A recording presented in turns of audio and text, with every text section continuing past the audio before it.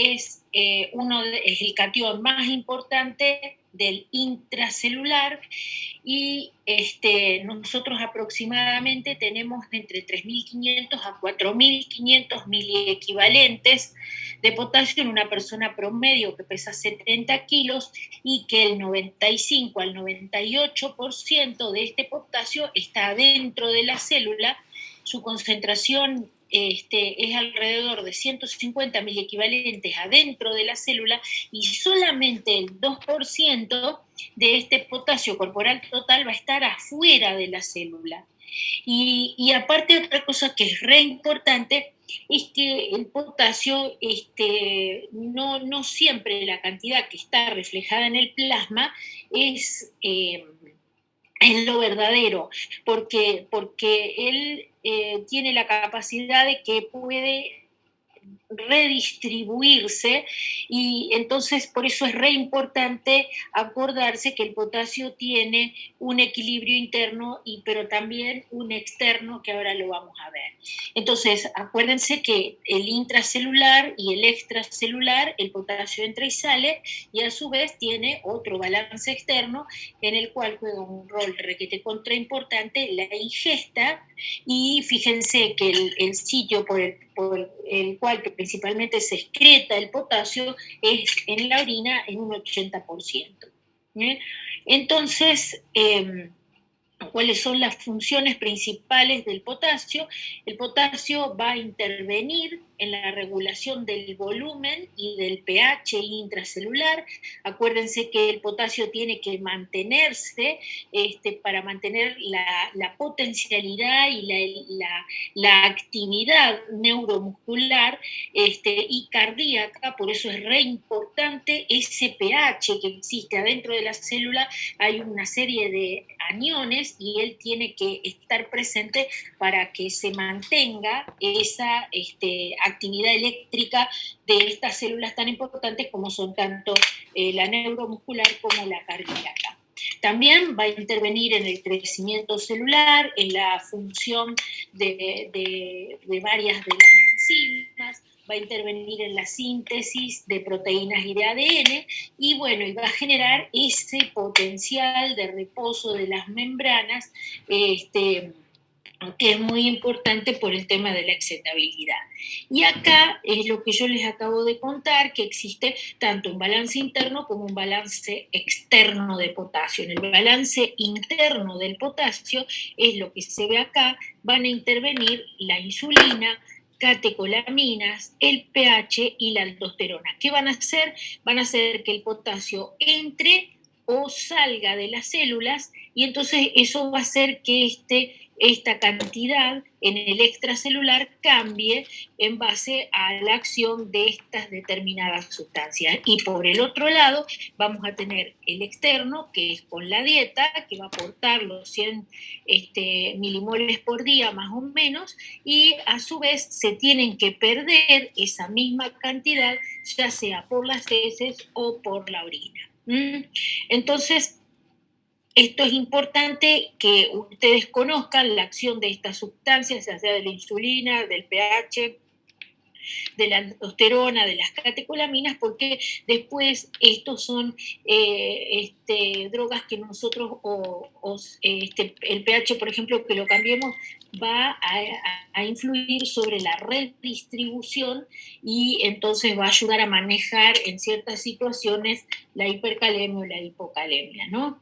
Entonces la hipopotasemia es aquella en las cuales vamos a tener un nivel plasmático menor de 3.5 miliequivalentes por litro, y la hiperpotasemia va a ser aquella que se encuentre por encima de 5.5. Son 3.5, 4.5 son los valores que más o menos nosotros aceptamos como normales. Entonces, menos que 3.5 es hipo y más que 5.5 es hipercalemia.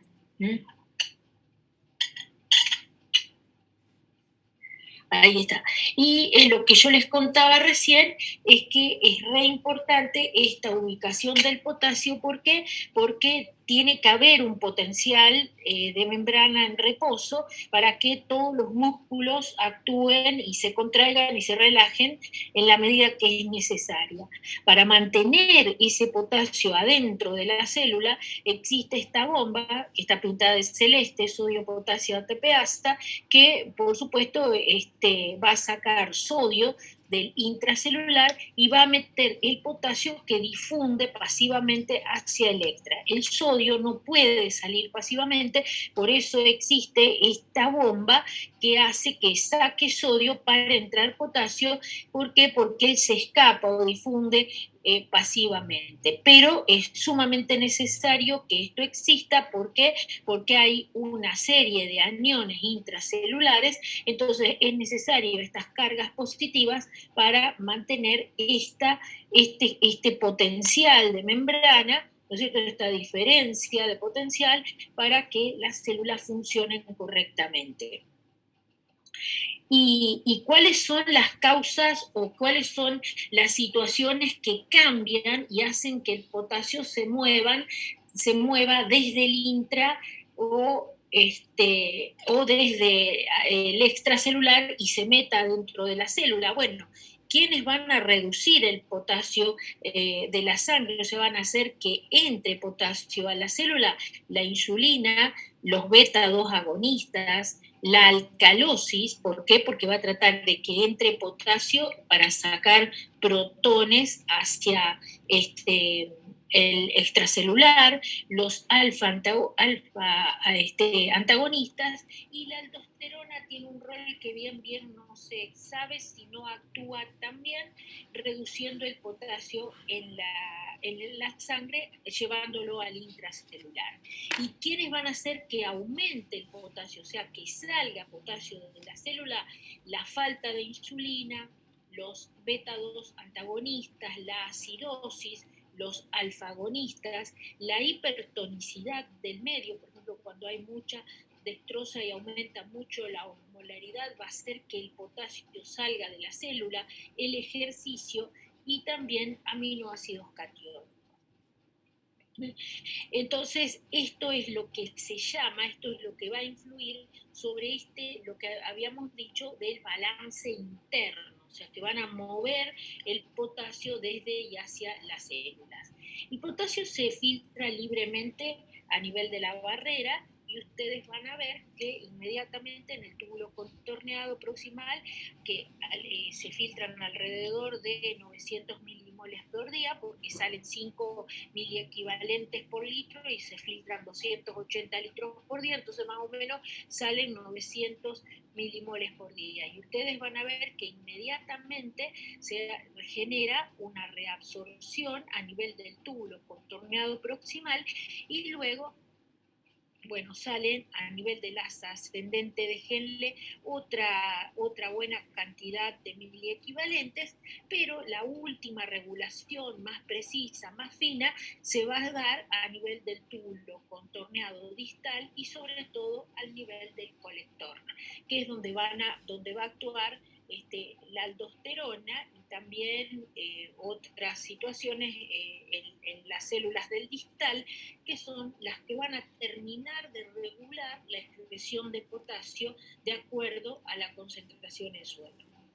El riñón se encarga habitualmente, cuando está sano, de excretar el 92% del potasio que se tiene que excretar, ¿no?, de acuerdo a la regulación que acabamos de decir. Y el 8% solamente va a ser a través del tubo digestivo. Pero cuando existe una insuficiencia renal, el rol principal en la excreción del potasio lo toma el tubo digestivo.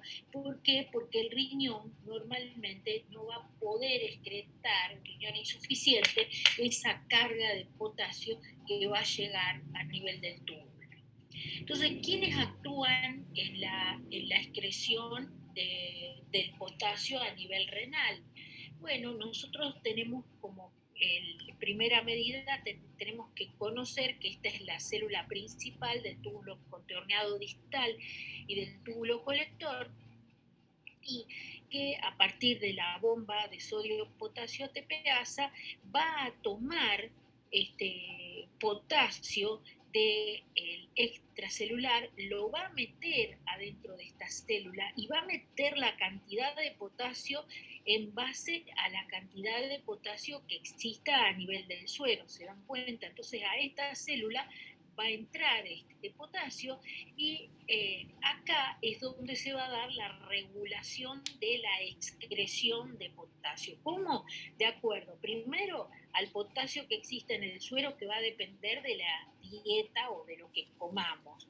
Otra, bueno, por supuesto, de la concentración plasmática, también va a depender del pH sistémico y de la llegada de ciertos aniones a la luz tubular. También va a depender del flujo del túbulo distal y del aporte de sodio al túbulo distal, porque hay unos transportadores que se llaman ENAC, que dependen de la cantidad de sodio que llegue por el filtrado al túbulo distal, y ahí va a actuar la aldosterona haciendo que estos canales se abren entre sodio y salga potasio para que se elimine. Por eso la acción de la aldosterona en este sitio es muy importante. Cuando hay mucha aldosterona, ¿qué va a pasar? Cuando falte sodio, supóngase por una situación de contracción del volumen, va a haber mucha aldosterona. Esta aldosterona va a estimular estos canales y por estos canales se va a perder el potasio. Entonces eso es re importante, la acción de la aldosterona a este nivel distal. Y otra de las cosas que es muy importante también es la del magnesio. Y ahora les explico por qué. Porque a nivel de estas células no solamente existen estos canales que van a depender de la concentración de sodio del líquido tubular, o sea, del agua y de la sal que llegue al distal, sino que también van a ser importantes unos canales que se llaman ROM. Estos canales, o sea, en base a la cantidad de potasio que pase del suero al intracelular, se van a activar estos canales ROM. Estos canales se activan y se desactivan por el magnesio. Por eso es re importante cuando existe hipocalemia siempre reponer magnesio. ¿Por qué? Porque el magnesio inhibe estos canales. Entonces, si yo no suplemento este tratamiento con magnesio, estos canales siguen abiertos y el potasio se sigue perdiendo. Esa es la causa por la cual es importante la acción del magnesio en el tratamiento de la hipocalemia. Y acá, bueno, están los dos, o sea, están los canales ROM y están los canales que dependen del aporte de sodio al túbulo distal. Entonces, es muy importante, esto es un resumen que yo les hice, es el principal catión del intracelular, la concentración plasmática es muy baja, es de 3.5 a 5.5 y que puede, la concentración del potasio tanto en el LIC como en el LED va a variar sin cambiar el potasio corporal total por ese balance interno que tiene que entra y sale de la célula, ¿sí? Hay factores que van a regular ese movimiento transcelular de potasio, que son el aporte de la dieta, el equilibrio ácido-base, la desnutrición celular, que va a generar hipocalemia, el ejercicio intenso va a generar hipercalemia, los cambios en la osmolaridad lo mismo, la presencia o ausencia de insulina, la aldosterona y la actividad de los receptores adrenérgicos. Entonces, en condiciones normales, la excreción fraccional del potasio es del 10 al 15% de lo que se filtra. Y eso es lo que uno ve acá, o sea, en relación a esta placa que está acá, la excreción de potasio es muy baja en relación al potasio que se filtra. Y eso es lo que se llama la excreción fraccional y que puede ayudarnos para darnos cuenta cuál es el origen de la alteración en el metabolismo. Es desde donde se saca el gradiente transtubular de potasio que muchas veces se usa para identificar cuál es el trastorno. Entonces, acuérdense que solamente se excreta el 10 al 15% de lo que se está filtrando, el resto, la mayoría se reabsorbe en el proximal, una parte en el haz ascendente y la regulación fina queda para el colector. ¿Y quiénes son los que van a permitir la secreción? Bueno, la actividad de esa bomba, sodio, potasio, ATPasa, que se acuerdan que es vaso lateral y que es la que hace que entre potasio de adentro de la sangre o del suero, el gradiente electroquímico que se crea por la reabsorción de sodio, la permeabilidad al potasio y el potasio intracelular. Si hay mucho potasio se van a activar los canales y si no, no. Y también va a intervenir el estado ácido-base porque eso va a intervenir en cuanto a la cantidad de aniones no reabsorbibles que van a llegar al final y también el cloro y el bicarbonato que van a llegar al túbulo contorneado distal. Entonces, es un poco para que ustedes entiendan cómo es el manejo y de todo esto es súper importante que ustedes conozcan que existe un manejo de la aldosterona, importancia del magnesio en la regulación y no se olviden nunca que tiene un balance interno y un balance externo. Por eso no muchas veces el potasio del suero no expresa el potasio corporal total. La hipercalemia se considera cuando la concentración es mayor a 5.5 miliequivalentes por litro. Bueno, y acá está toda esta serie de situaciones que van a producir hipercalemia.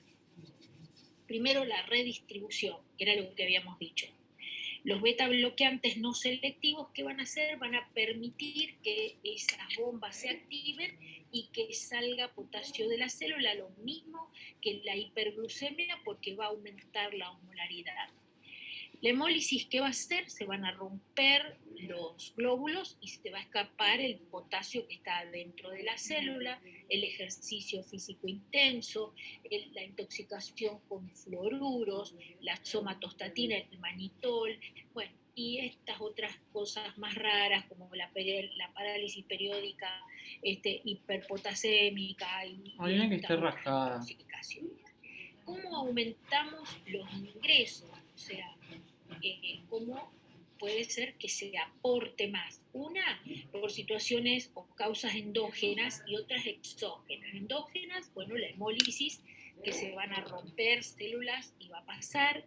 La lisis tumoral, en el caso de los tumores cuando son tratados con quimioterapia. El ejercicio físico intenso por la ruptura de células también. La rhabdomiólisis, el sangrado gastrointestinal que va a ofrecer un montón de potasio a las vellosidades intestinales y entonces lo va a absorber, y los estados catabólicos. ¿Y cuándo va a ser exógeno el aporte? Bueno, cuando haya una dieta muy alta en potasio, los sustitutos de la sal, las sales dietéticas son sales de potasio, cuando los pacientes tienen falla renal y comen muchos sustitutos suelen tener hipercalemia.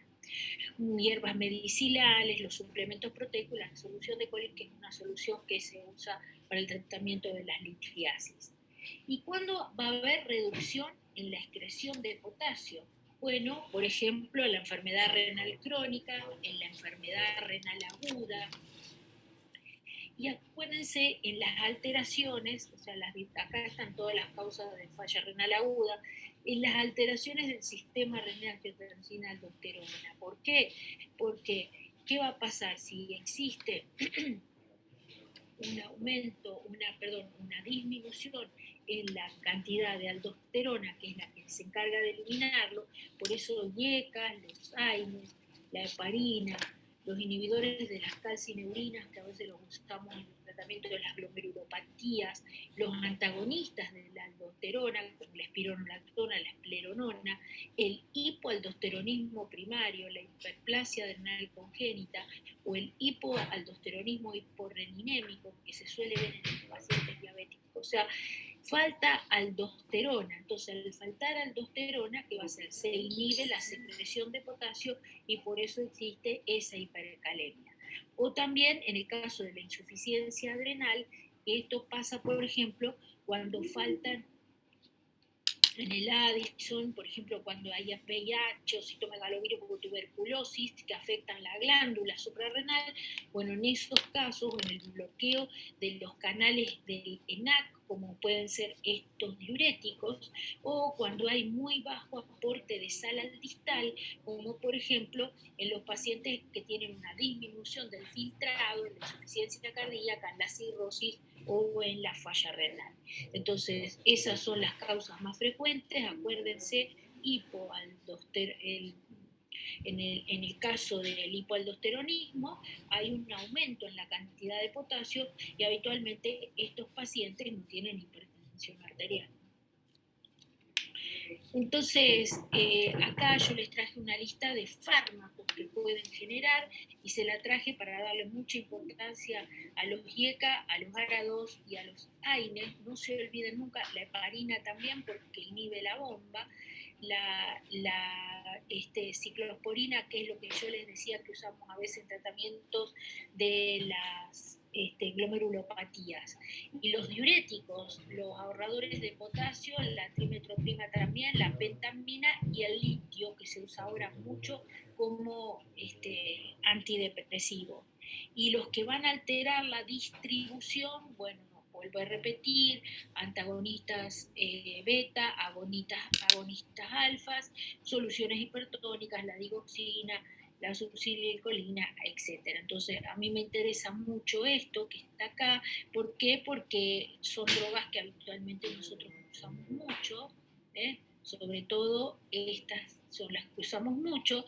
Entonces, acuérdense que a lo mejor el paciente tiene una insuficiencia renal, nosotros le damos AINE y come sales sales dietéticas y entonces tiene hipercalemia. Bueno, esto es un algoritmo diagnóstico que a mí me gusta mucho, pero que es un poco pesado para entenderlo. Por eso les traje que es un resumen. Pero no les quise sacar porque tiene muchos detalles que a lo mejor, si a alguno le gusta nefrología, lo puede mirar. Y cómo vamos a analizar nosotros los casos.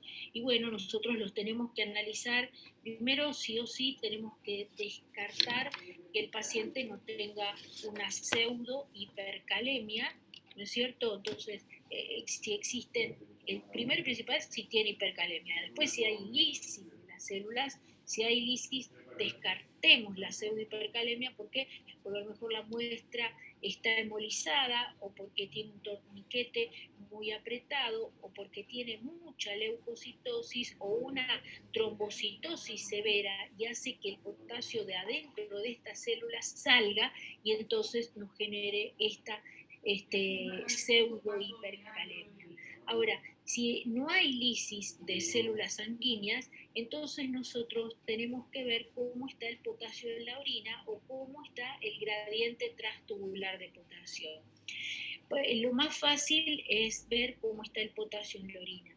Entonces, si el potasio en la orina está elevado en más de 100 equivalentes por litro, ¿qué podemos nosotros pensar? Bueno, que hubo una lisis tisular con un traumatismo o algo por el estilo, o que hubo una administración exógena, pero que dentro de todo el riñón está eliminándolo, o sea, se está liberando. O también que hubo una redistribución de potasio, como en una acidosis, en una hiperglucemia grave, que usaron beta bloqueantes, o que hubo una parálisis periódica o una intoxicación digitálica, ¿no es cierto? Ahora, si el potasio en la orina está bajo y el gradiente transtubular también me da bajo, yo tengo que ver cómo está el filtrado glomerular. Si el filtrado glomerular está disminuido, tengo que pensar en una insuficiencia renal. Ahora, si el filtrado glomerular no está disminuido, puedo pensar en un déficit de mineralocorticoides, como puede ser, por ejemplo, que el paciente tenga una enfermedad de Addison o una hiperplasia adrenal congénita o un hipoaldosteronismo hiporreninémico, o que recibió fármacos como por ejemplo los AINE, ARA2, IECA, la heparina, o que hay un déficit en la secreción tubular en el distal. ¿Por qué? Por ejemplo, por acción de la espironolactona o de la espleronona, o que recibió trianterena, miloride, ciclosporina o trimetroprima sulfa, que es el Bactrim. Entonces, en este caso, ¿no es cierto?, es para hacer el algoritmo diagnóstico, pero acuérdense ustedes que para poder identificar la falla, sí o sí hay que, hay que medir el potasio en la orina.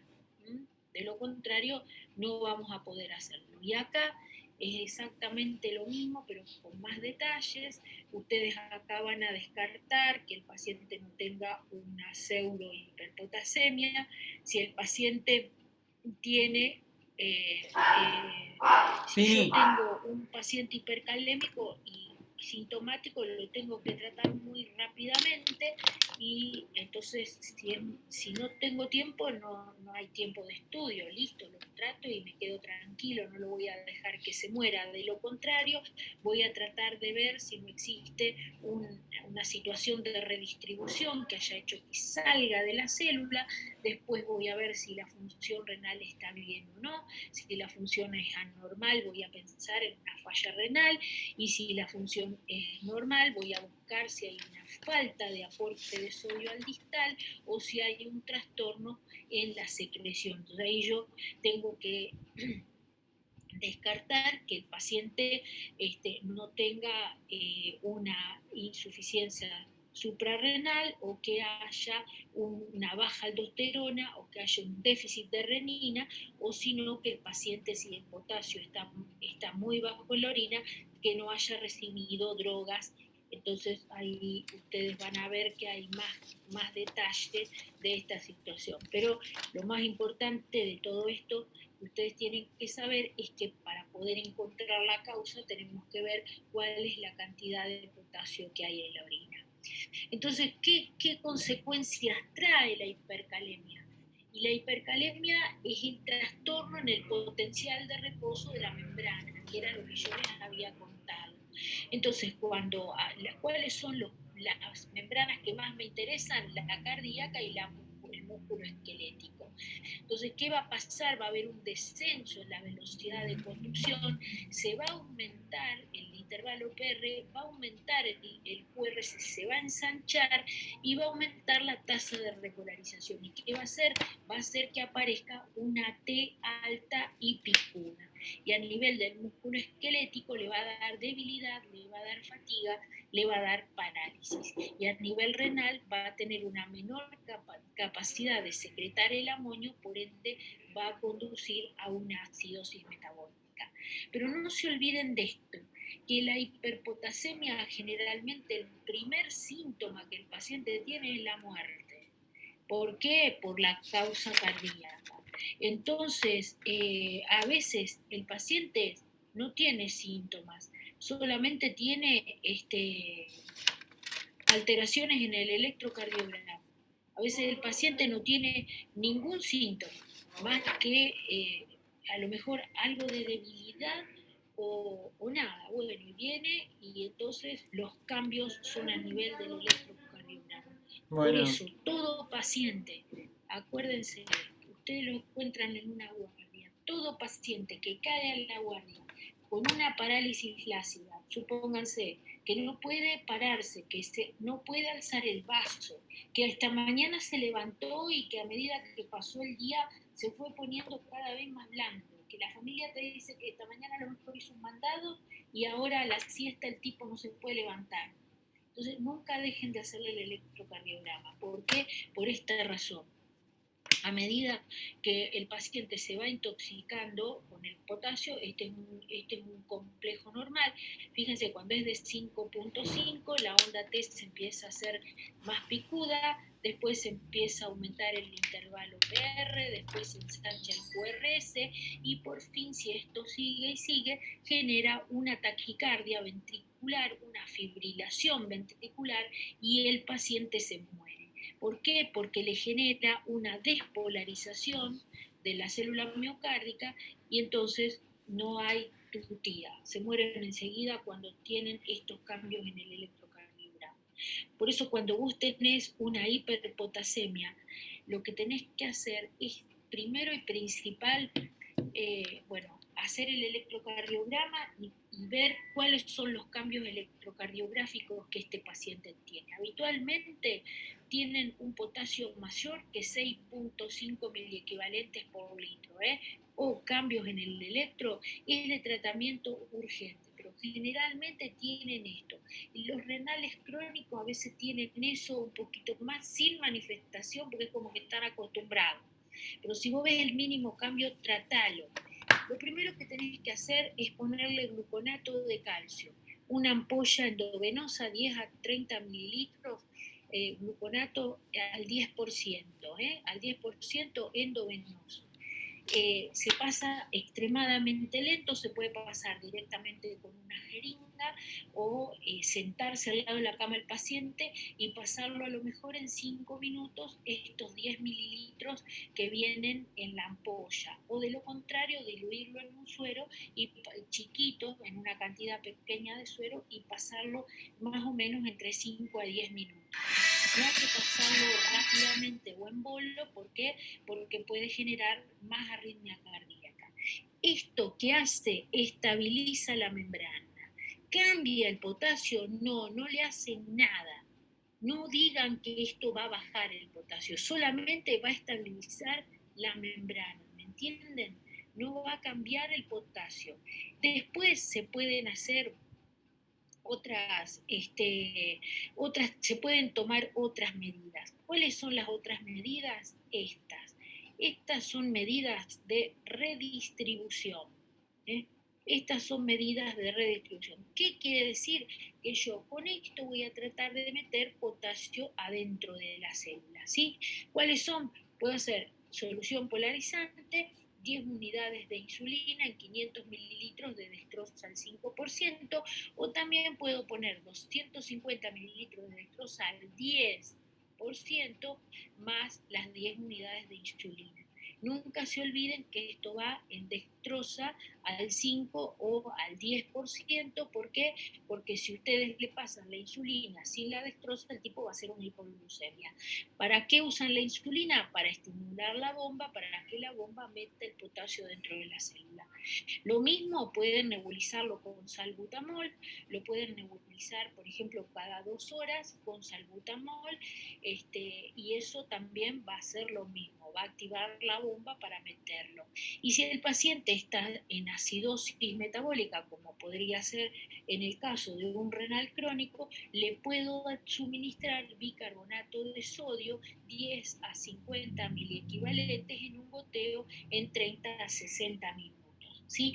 Pero eso si el paciente tiene una acidosis grave. De lo contrario, no me conviene hacerlo.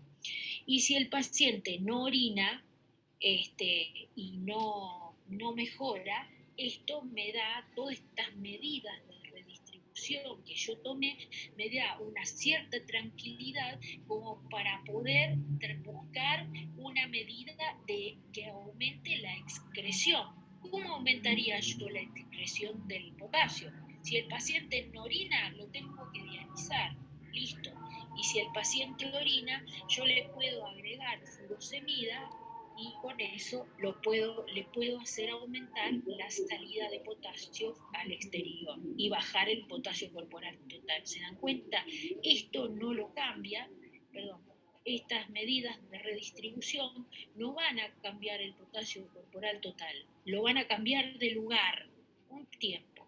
Después vuelve, vuelve al mismo lugar, o sea, vuelve a salir de la célula.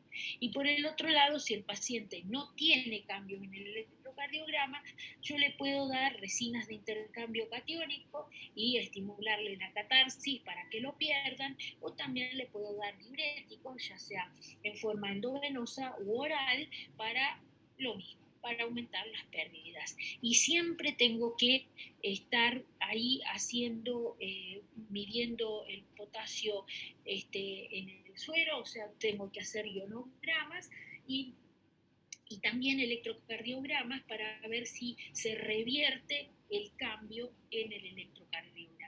Este es un cuadro a donde ustedes van a ver, por ejemplo, en un paciente que tiene hipercalemia, yo le doy gluconato de calcio al 10%, esto se inicia la acción del gluconato que le va a estabilizar la membrana en 5 o 10 minutos, dura más o menos media a una hora.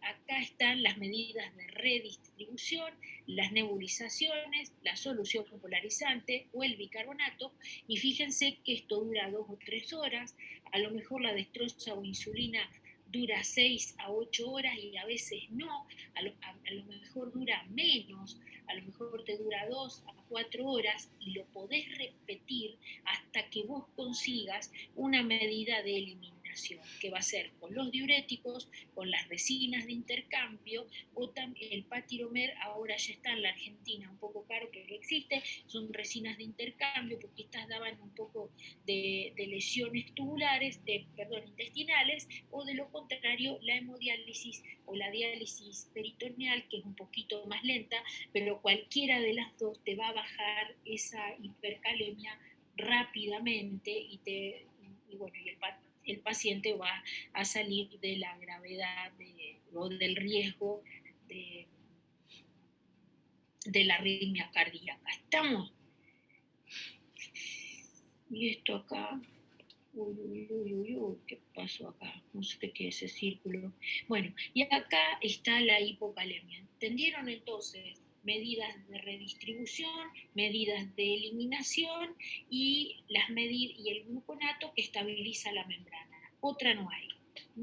Para eliminarlo sin orina hay que hacer diálisis. Y si tiene una tendencia a esa hipercalemia crónica, como son, por ejemplo, los hipoaldosteronismo, hiporreninemia de los diabéticos, le podemos dar catárticos o resinas de intercambio que me van a ayudar a que los elimine. Y con respecto a la hipocalemia, bueno, es la disminución del potasio por debajo de 3.5 miliequivalentes por litro, puede ser leve, moderada o grave. Es grave cuando el paciente tiene menos de 2.5 miliequivalentes por litro, ¿no es cierto? La hipocalemia se da en un 5% de los pacientes que van a ingresar al hospital y en un 20% en aquellos que están internados crónicamente o que tienen muchos días de internación, y es muy común en los desnutridos, en los psiquiátricos y también en aquellas personas que tienen como hábito la toma de diuréticos porque sí, para adelgazar o porque les gusta, no sé, que tienen ganas. Entonces toman diuréticos o toman muchos catárticos, sobre todo algunas mujeres, y entonces hacen estas hipocalemias que suelen ser extremadamente graves. ¿Cuáles son las causas? Bueno, la pseudohipocalemia, que es cuando el paciente tiene leucemia o una leucocitosis extremadamente grave, entonces el potasio puede llegar a meterse adentro de la célula. Las causas por redistribución puede ser, por ejemplo, en el caso de una alcalemia o una alcalosis, o que haya demasiada cantidad de insulina, o una estimulación por beta 2, o parálisis periódica, la tirotoxicosis o la anemia megaloblástica, que también va a atrapar un montón de potasio en el intracelular. Y las pérdidas pueden ser renales o extrarrenales. Y yo me voy a dar cuenta de eso, por supuesto, por el potasio que va a aparecer en la orina. ¿Cuándo van a ser pérdidas extrarrenales? Cuando haya menos de 20 miliequivalentes por litro, y lo más común es la diarrea, los laxantes, el adenoma velloso, que no es muy común, pero cuando está lo da, y la sudoración muy profusa. Y cuando son las extrarrenales pueden ser, por ejemplo, en pacientes con acidosis metabólica. Generalmente la acidosis tubular renal distal, la acidosis tubular renal proximal, o sea, la tipo 1, la tipo 2, la cetoacidosis diabética. Acuérdense, porque había un montón de aniones a nivel del túbulo, entonces eso hace que se pierda más potasio. La acetazolamida también, porque va a abrir los canales, la ureterosigmoidectomía. ¿Por qué? Porque se acuerdan que yo les había explicado que hay una orina en el colon, va a absorber esas protones y eso va a generar la acidosis. En el caso de las alcalosis, ¿cuándo va a haber hipocalemia? Cuando haya contracción del volumen, entonces va a haber un montón de aldosterona, entonces el paciente va a perder el potasio. ¿Cuándo va a haber contracción? Cuando haya vómitos o sondas nasogástricas, diuréticos, post-hipercamia, con un exceso de mineralocorticoides. ¿Se acuerdan que allá había un déficit? Acá hay un exceso, o en problemas de los túbulos como el Bartter o el Kittelman, que son tubulopatías bastante raras. Y sin alteración del ácido base, a lo mejor cuando se esté recuperando de una ira o de una situación desobstructiva o que tenga una diuresis osmótica y pierda un montón, cuando haya mucha administración de sal, mucho aporte de sal al distal, la depresión del magnesio. ¿Se acuerdan que habíamos hablado de los canales ROM, que el magnesio los inhibe? Al no haber magnesio van a estar abiertos y los va a perder. Y algunas drogas, como por ejemplo los aminoglucósidos, las sales de platino, las aminopenicilinas y también en el caso de las leucemias.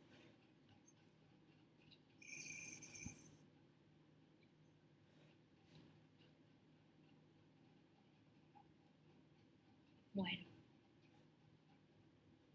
acá hay un montón de fármacos que dan hipopotasemia. Me parece que no tiene sentido que yo les lea todo esto, después ustedes lo revisan. Fíjense que hay muchos que son de uso bastante frecuente, sobre todo el tema de los diuréticos. La fluorhidrocortisona es otro de los mineralocorticoides que va a generar una pérdida renal de potasio. ¿eh? Entonces, todas estas drogas los pueden generar. Acuérdense de las sales de platino y también de la anfotericina, que son drogas que se usan mucho en pacientes con tumores y en los HIV, el tenofovir también, que muchas veces estos pacientes tienen hipocalemia por este aumento en la pérdida renal de potasio y no paran hasta que no se lo sacan. Entonces, acá hay algunas consideraciones que también yo se las había traído, pero más que nada para que después ustedes las lean. Generalmente cuando hay pérdidas extrarrenales, eso o sea, cuando hay pérdidas ya sea por tubo digestivo, la piel, se va a ajustar esa secreción distal de potasio, ¿no es cierto? Y si la excreción distal de potasio es baja, o sea, en muestras aisladas, eso quiere decir que el potasio, el riñón lo está manejando bien. Me habla a favor de que el problema no es a nivel renal, sino que es en otro nivel, que no se está perdiendo. En cambio, si hay mucho potasio a nivel de la orina, si las pérdidas son altas, siempre piensen en un exceso de mineralocorticoides o también que hay aniones en el túbulo distal o que hay alguna tubulopatía que no permite la regulación a nivel renal. Siempre tengan en cuenta la hipovolemia efectiva. ¿Por qué? Porque se aumenta la secreción de aldosterona en el caso de hipovolemia efectiva. Siempre, fíjense la disminución del filtrado glomerular. ¿Por qué? Porque necesitaba sodio y demás a nivel distal. Y además el aumento de la reabsorción proximal de sodio es fundamental, porque si hay un montón de sodio a nivel del distal, aumenta la secreción o la pérdida de potasio. Entonces, en estos casos, uno puede llegar a valorar adecuadamente un paciente cuando esté euvolémico, ¿no? Y si el paciente excreta más de 100 milimoles de sodio por día, de lo contrario, es difícil de valorar. Y no se olviden, acá se los volví a poner, acá ahí está el balance externo, habíamos hablado, ¿se acuerdan? El balance interno, el balance externo. Acuérdense que siempre hay que valorarlos conjuntamente con el estado ácido-base, sobre todo en los casos de la hipopotasemia. Siempre hay que valorar, siempre si el problema es renal, y cómo tiene que responder el riñón. Entonces nosotros lo que generalmente hacemos es hacemos el cociente potasio-creatinina en la orina, que viene expresado en milimol por gramo. Entonces, si ¿qué es lo que yo tengo que esperar? Que en un paciente con hiperpotasemia este valor sea alto, y en un paciente con hipopotasemia tiene que ser menor que 15. ¿Sí? Y eso hace que yo descarte que el riñón está comprometido.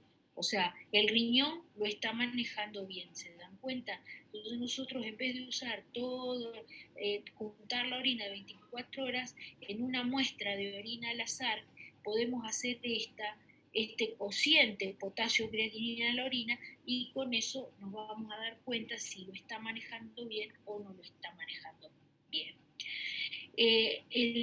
¿Cómo hacemos el diagnóstico de hipocalemia? Bueno, primero y principal tenemos que encontrar valores en el suero menores que 3.5, descartar la pseudohipocalemia, que tratar de, una vez que uno toma la muestra, separarla rápido, porque si yo dejo las muestras enteras en un banco esperando ser analizadas, se producen movimientos de entrada y de salida del potasio.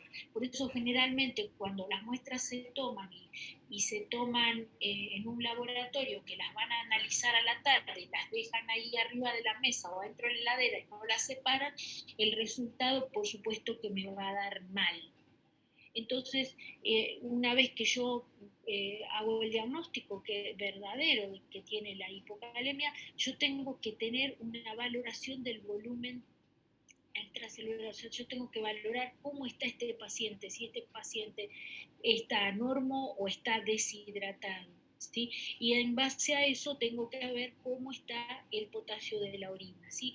Si el potasio en la orina está bajo o el índice potasio-creatinina me da bajo, ¿eso qué quiere decir? Que puede haber, o sea, que el riñón lo está ahorrando, y que puede haber o un aporte insuficiente de potasio que el paciente no esté comiendo, o que lo haya perdido. ¿Cómo? Y a lo mejor que tomó una gran cantidad de diuréticos días previos y ahora no los está tomando, pero bueno, los tomó en su momento y los perdió al potasio y no lo logró recuperar, que haya pérdidas gastrointestinales, o que tenga una sudoración muy profusa, o sea, que haya perdido mucho líquido y no lo haya podido recuperar. O de lo contrario, que se haya una redistribución de potasio, que se haya metido adentro de la célula, bueno, por todas estas causas que nosotros ya las dijimos. Y si el potasio en la orina está alto, o sea, me da más de 15 miliequivalente o más de 150 en el ¿cómo se llama? En el gradiente, yo puedo hacer el gradiente transtubular de potasio, ¿sí? Como el gradiente transtubular de potasio es una fórmula que yo no me la acuerdo en este momento de memoria, pero ¿qué es lo que me hace pensar? Si el gradiente transtubular, o sea, si no hay tanto potasio, puede ser que haya un aumento en el flujo distal de sodio y de agua, como puede ser por acción de los diuréticos o por acción de una diuresis osmótica.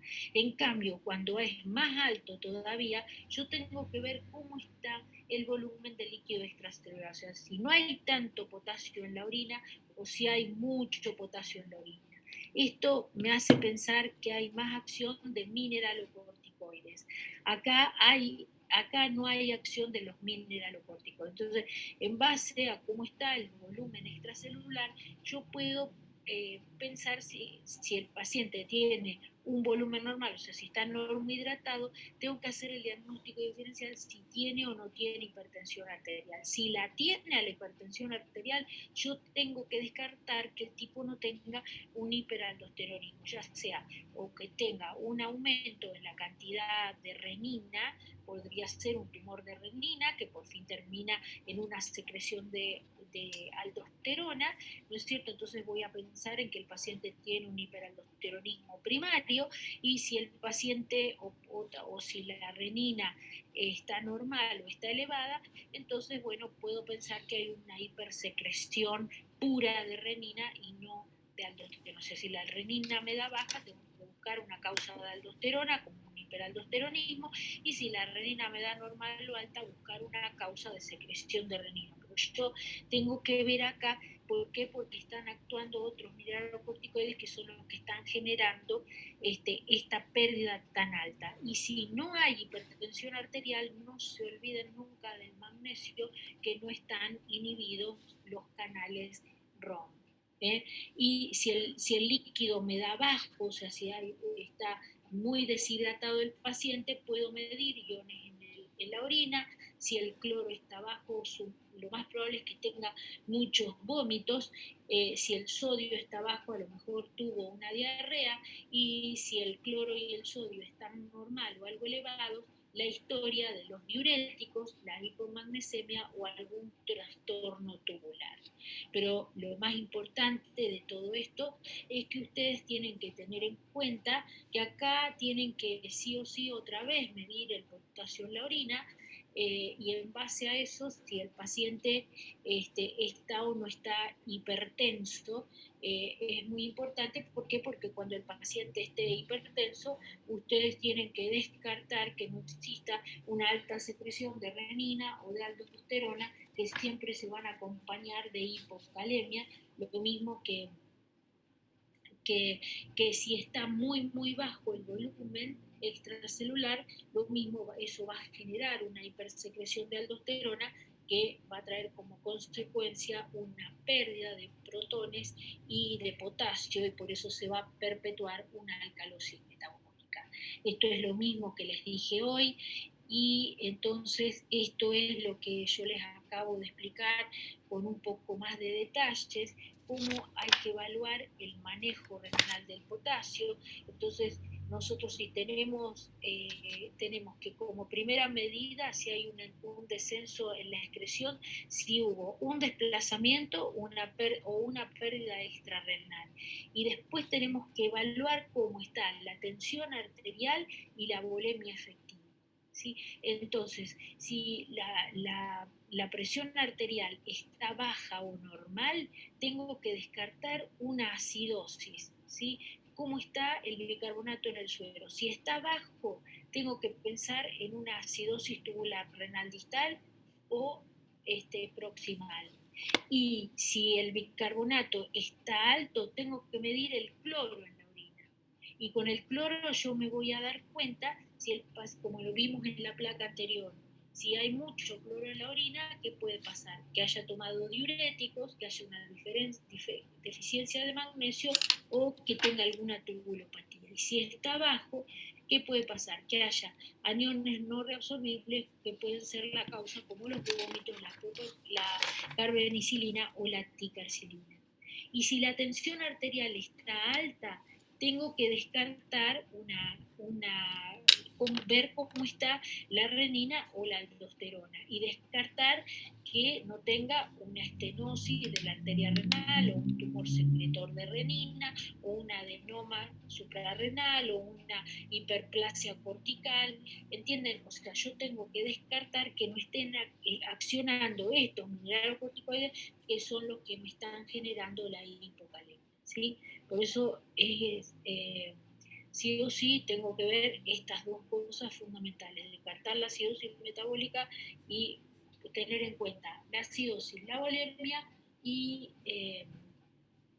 la tensión arterial.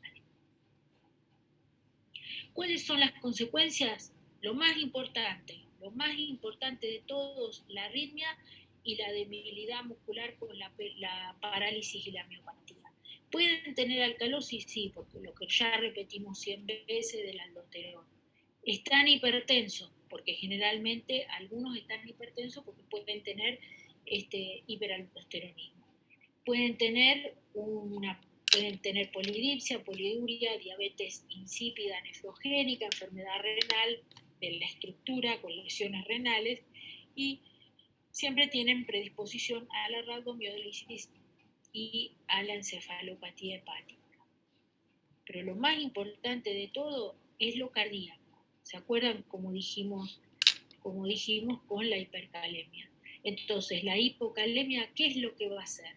La hipocalemia va a aplanar la onda T, la va a invertir y va a aparecer una onda U, ¿sí?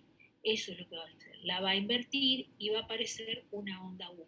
Va a hacer desaparecer la onda P, va a prolongar también el PR, va a prolongar el QT, va a dar la torcida de punta y va a terminar en una taquicardia ventricular o una fibrilación o en un bloqueo aurículo-ventricular total y genera mucha toxicidad digitálica. Fíjense que la toxicidad digitálica y la hipocalemia se parecen porque las dos dan la onda U. Entonces es muy muy importante que el paciente no llegue a esta situación. Entonces, ¿cuál es el tratamiento?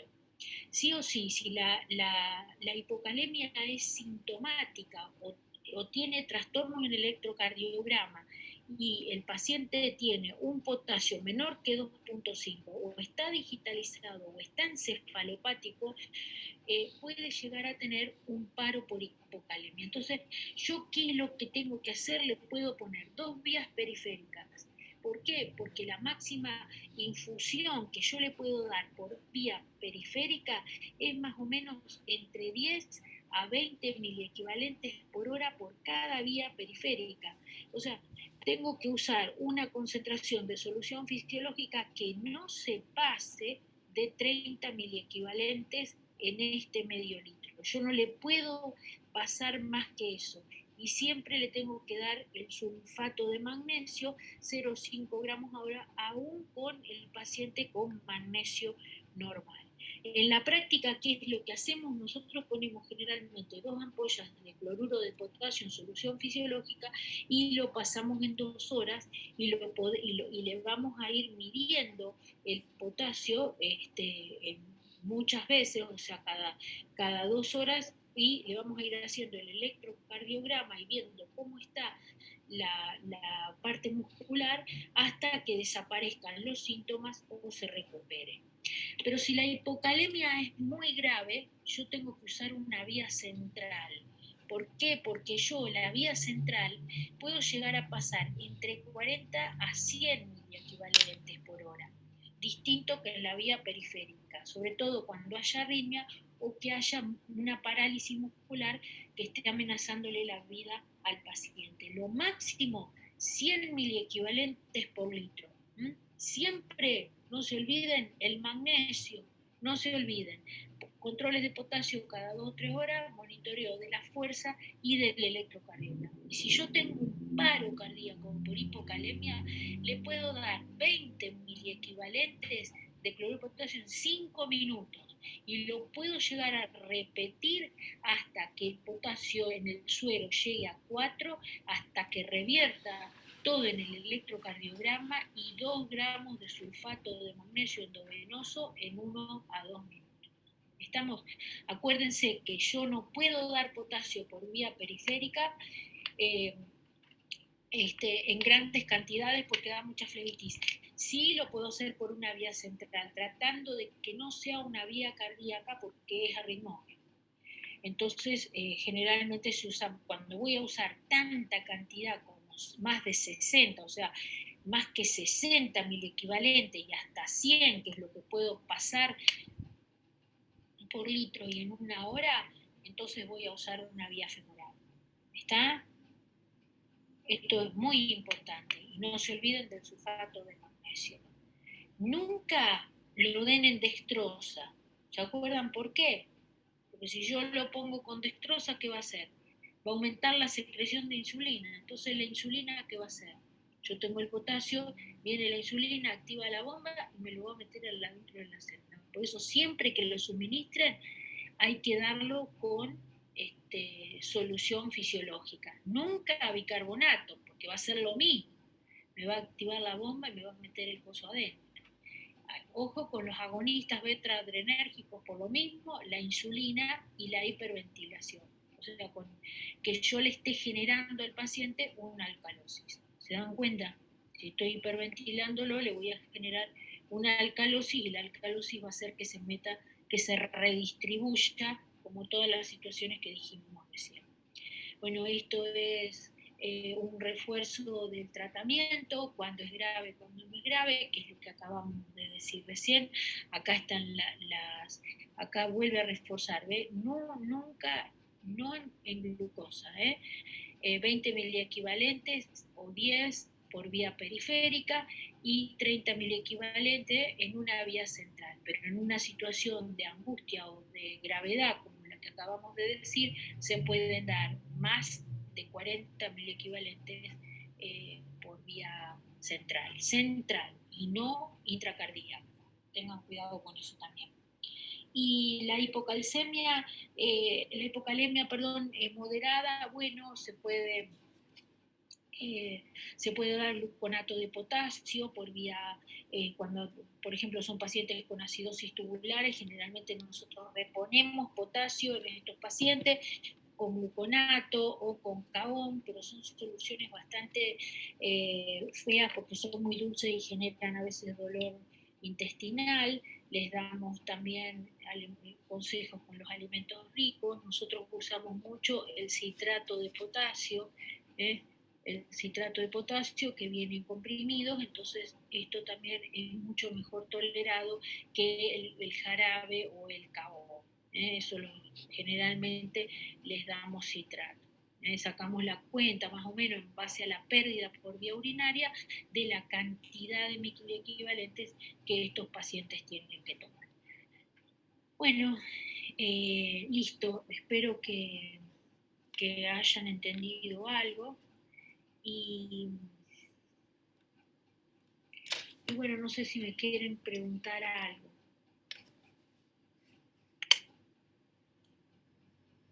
Profe, yo quería saber qué tenemos que saber de diálisis. Las indicaciones de una diálisis. El viernes les puedo mostrar un video, si quieren, de una diálisis. ¿Quieren que les traiga un video de lo que es? Se los voy a grabar y se los voy a traer, para que ustedes vean cómo es todo. Por acá hay uno, pero no sé dónde lo tengo.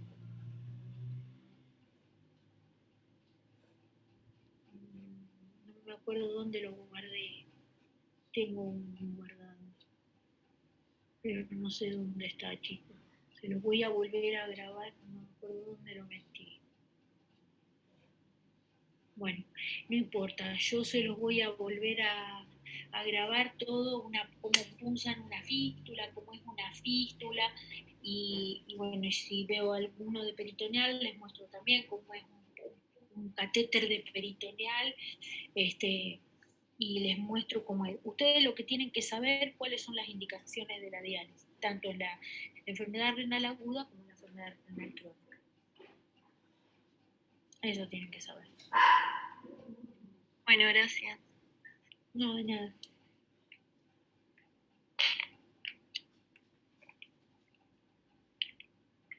Bueno, ¿me quieren preguntar algo más?